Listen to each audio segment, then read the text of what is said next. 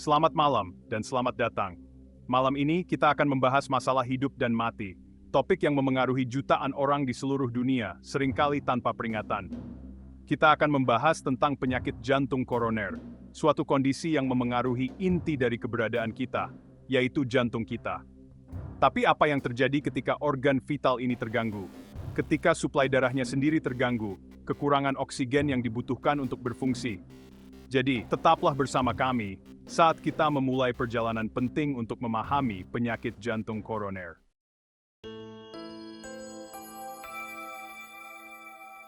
Penyakit jantung koroner, juga dikenal sebagai penyakit arteri koroner, adalah suatu kondisi yang timbul dari penyempitan arteri koroner. Arteri-arteri ini, jalur kehidupan yang vital bagi otot jantung kita, bisa tersumbat, seperti pipa yang menumpuk residu seiring waktu. Penumpukan ini, yang dikenal sebagai plak, adalah campuran berbahaya dari kolesterol, lemak, kalsium dan zat lain yang ditemukan dalam darah. Saat plak menumpuk, plak mengeras dan mempersempit dinding arterisi, sehingga membatasi aliran darah ke jantung. Pembatasan ini dapat menyebabkan nyeri dada, yang dikenal sebagai angina, tanda peringatan bahwa jantung tidak menerima cukup darah yang kaya oksigen. Memahami perkembangan penyakit ini, dari penumpukan plak awal hingga konsekuensi yang berpotensi fatal, sangat penting dalam perjuangan kita melawan pembunuh sunyi ini.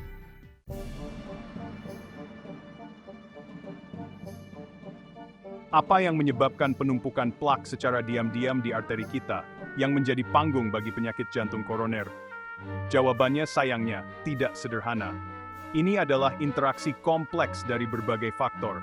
Beberapa di antaranya dapat kita kendalikan, yang lain tidak. Seperti detektif dalam sebuah kasus, kita perlu memeriksa tersangka yang biasa tekanan darah tinggi, kolesterol tinggi, merokok. Faktor-faktor ini, yang seringkali saling terkait, berkontribusi pada kerusakan dan peradangan pada dinding arteri, yang membuka jalan bagi pembentukan plak. Kolesterol tinggi, terutama kolesterol LDL jahat, bertindak seperti zat lengket menempel pada dinding arteri dan berkontribusi pada penumpukan plak. Merokok, bahaya kesehatan yang diketahui, merusak pembuluh darah, meningkatkan tekanan darah, dan mengurangi kapasitas pembawa oksigen dalam darah.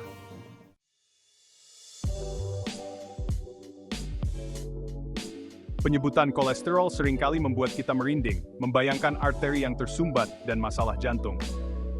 Tapi tidak semua kolesterol diciptakan sama. Faktanya, tubuh kita membutuhkan kolesterol untuk berfungsi dengan baik. Ini adalah zat seperti lilin yang digunakan untuk membangun sel dan memproduksi hormon. Masalahnya muncul dengan ketidakseimbangan dalam jenis kolesterol yang beredar dalam darah kita. Kita memiliki kolesterol HDL, jenis yang baik, bertindak seperti pemulung, mengambil kelebihan kolesterol dan mengangkutnya kembali ke hati untuk dibuang. Lalu ada kolesterol LDL, jenis yang buruk, yang berkontribusi pada penumpukan plak di arteri. Mempertahankan kadar kolesterol yang sehat, dengan fokus pada peningkatan HDL dan penurunan LDL, adalah kunci untuk menjaga arteri kita tetap bersih dan jantung kita sehat.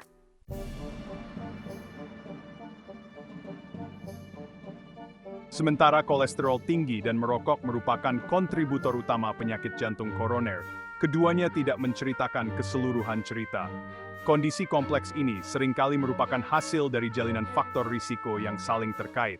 Beberapa di antaranya kurang jelas dibandingkan yang lain.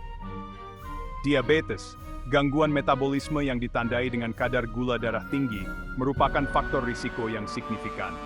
Seiring waktu, gula darah tinggi dapat merusak pembuluh darah, termasuk yang memasok jantung, meningkatkan risiko penumpukan plak.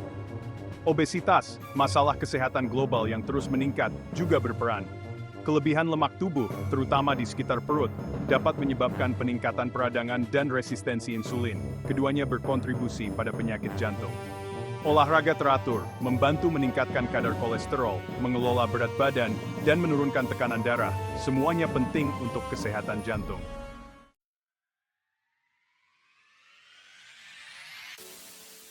Kabar baiknya adalah banyak faktor risiko penyakit jantung koroner dapat dimodifikasi.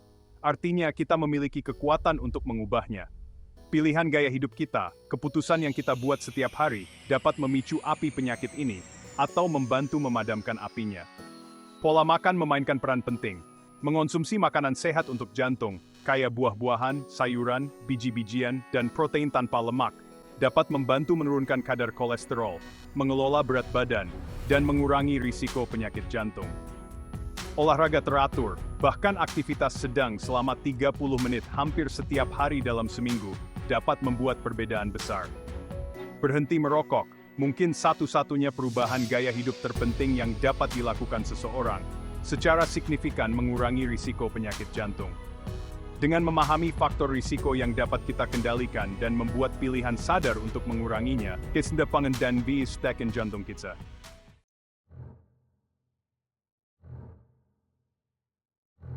Penyakit jantung koroner sering disebut sebagai pembunuh diam, dan untuk alasan yang bagus.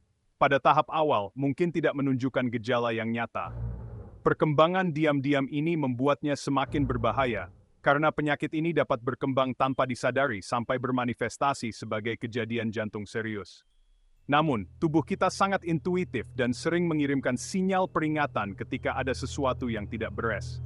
Memahami sinyal-sinyal ini, baik yang halus maupun yang terbuka, sangat penting dalam mendeteksi penyakit jantung koroner sejak dini dan mencari intervensi medis tepat waktu.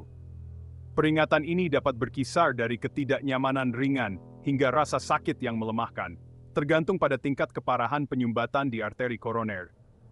Mengenali tanda-tanda ini apa adanya, alih-alih menganggapnya tidak penting, dapat menjadi perbedaan antara hidup dan mati.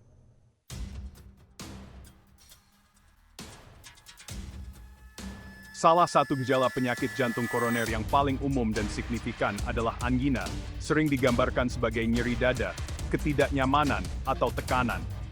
Angina bukanlah penyakit itu sendiri, tetapi merupakan gejala dari masalah yang mendasarinya, biasanya arteri koroner yang menyempit atau tersumbat. Bayangkan kemacetan lalu lintas di arteri Anda, yang membatasi aliran darah kaya oksigen ke otot jantung Anda. Ketika jantung tidak mendapatkan cukup oksigen, jantung akan memprotes, mengirimkan sinyal rasa sakit. Rasa sakit ini, angina, adalah teriakan minta tolong dari jantung, permohonan putus asa untuk mendapatkan lebih banyak oksigen. Angina dapat terasa berbeda untuk orang yang berbeda. Beberapa menggambarkannya sebagai sensasi sesak yang menekan, terbakar, atau berat di dada, sementara yang lain mengalaminya sebagai sakit atau tekanan yang tumpul. Mengenali angina apa adanya, dan segera mencari pertolongan medis sangat penting dalam mengelurkan lebih badan.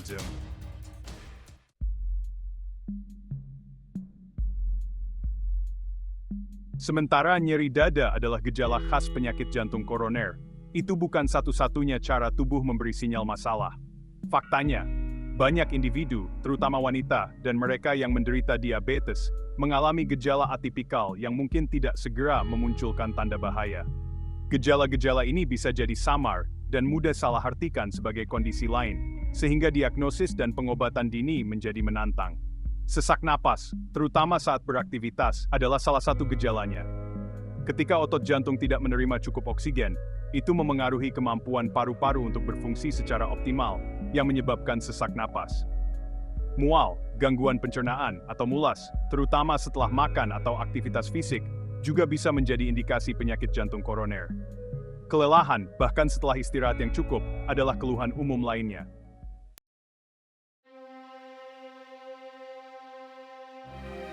Dalam kasus serangan jantung, di mana arteri koroner tersumbat sepenuhnya, setiap detik sangat berharga. Mengenali tanda-tanda serangan jantung dan segera mencari pertolongan medis dapat menjadi perbedaan antara hidup dan mati. Gejala klasik serangan jantung adalah nyeri dada yang tiba-tiba dan hebat yang sering kali terasa seperti tekanan atau sesak yang menghancurkan. Rasa sakit ini dapat menjalar ke lengan kiri, rahang, leher, atau punggung. Namun, tidak semua orang mengalami gejala yang sama. Beberapa individu mungkin memiliki tanda-tanda yang lebih halus, seperti sesak napas, mual, muntah, pusing, kepala ringan, atau keringat dingin.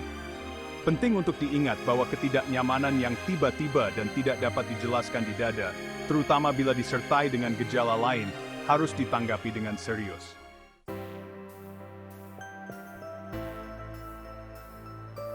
Perjalanan mengobati penyakit jantung koroner bukanlah upaya satu ukuran untuk semua. Ini adalah jalan yang dirancang dengan hati-hati, disesuaikan dengan keadaan unik setiap individu, tingkat keparahan kondisinya, dan status kesehatan mereka secara keseluruhan. Pendekatan ini biasanya melibatkan kombinasi modifikasi gaya hidup, pengobatan, dan dalam beberapa kasus, prosedur intervensi atau pembedahan. Langkah pertama, terlepas dari tingkat keparahan penyakitnya, adalah menerapkan kebiasaan hidup sehat untuk jantung. Ini termasuk menerapkan pola makan seimbang, melakukan aktivitas fisik secara teratur, menjaga berat badan yang sehat, berhenti merokok, dan mengelola stres secara efektif. Perubahan gaya hidup ini tidak hanya membantu mengelola gejala, tetapi juga memainkan peran penting dalam memperlambat perkembangan penyakit.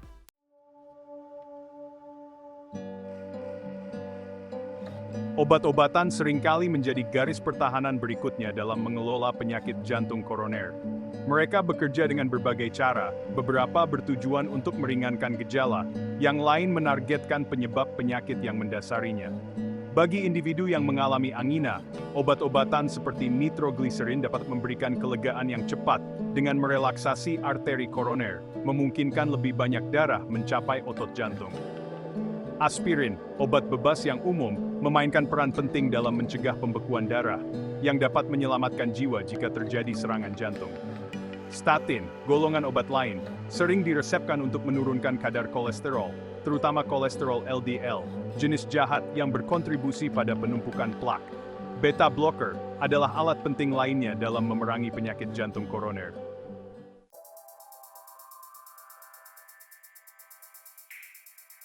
Dalam kasus di mana obat-obatan saja tidak cukup untuk mengelola penyakit jantung koroner, prosedur intervensi menawarkan alternatif yang kurang invasif daripada pembedahan.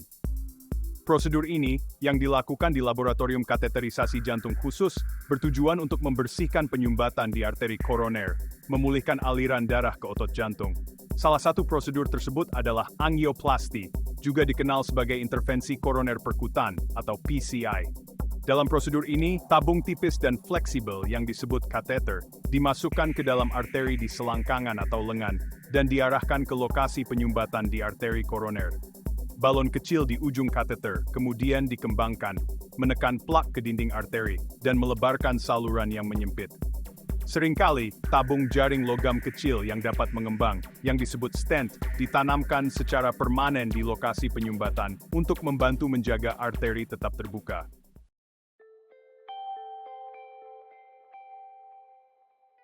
Pada kasus penyakit jantung koroner yang parah, di mana penyumbatan luas atau sulit dijangkau dengan angioplasti, pembedahan mungkin menjadi pilihan terbaik.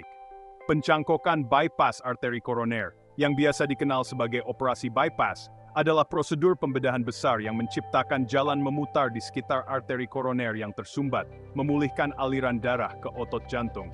Selama operasi CABG, pembuluh darah yang sehat diambil dari bagian tubuh lain, seperti dada, kaki, atau lengan, dan dicangkokkan untuk melewati bagian arteri koroner yang tersumbat. Ini menciptakan jalur baru bagi darah untuk mengalir ke otot jantung, melewati penyumbatan, dan memastikan suplai darah, kaya oksigen yang memadai. Operasi CABG adalah pengobatan yang sangat efektif untuk penyakit jantung koroner yang parah, memperbaiki gejala, meningkatkan kualitas hidup, dan memperpanjang kelangsungan hidup dalam banyak kasus.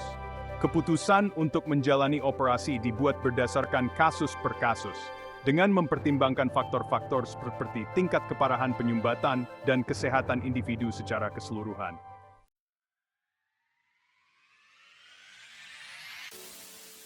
Kita telah menjelajahi jauh ke dalam jantung seorang pembunuh diam-diam, penyakit jantung koroner, suatu kondisi yang memengaruhi jutaan orang di seluruh dunia. Kita telah mengungkap penyebabnya, mengeksplorasi perkembangannya yang berbahaya, dan belajar mengenali tanda-tanda peringatannya, baik yang halus maupun yang nyata.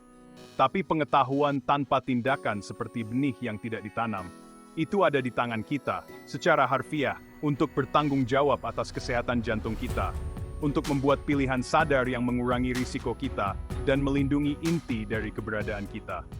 Memahami faktor risiko yang dapat kita kendalikan, pola makan kita, tingkat aktivitas fisik kita, hubungan kita dengan merokok, memberdayakan kita untuk membuat keputusan berdasarkan informasi.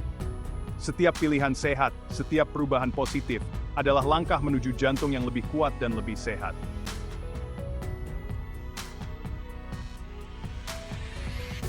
Perjuangan melawan penyakit jantung koroner bukanlah perjuangan sendirian. Ini membutuhkan upaya kolektif, tanggung jawab bersama untuk menciptakan dunia di mana hati berkembang, tidak hanya bertahan hidup.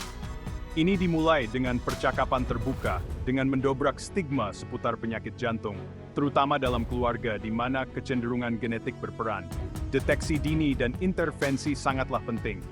Pemeriksaan rutin, bahkan tanpa adanya gejala, sangat penting, terutama bagi individu dengan faktor risiko seperti diabetes, tekanan darah tinggi, atau riwayat penyakit jantung dalam keluarga. Mari saling mendorong untuk memprioritaskan kesehatan jantung, meluangkan waktu untuk pemeriksaan, dan mencari bantuan saat dibutuhkan.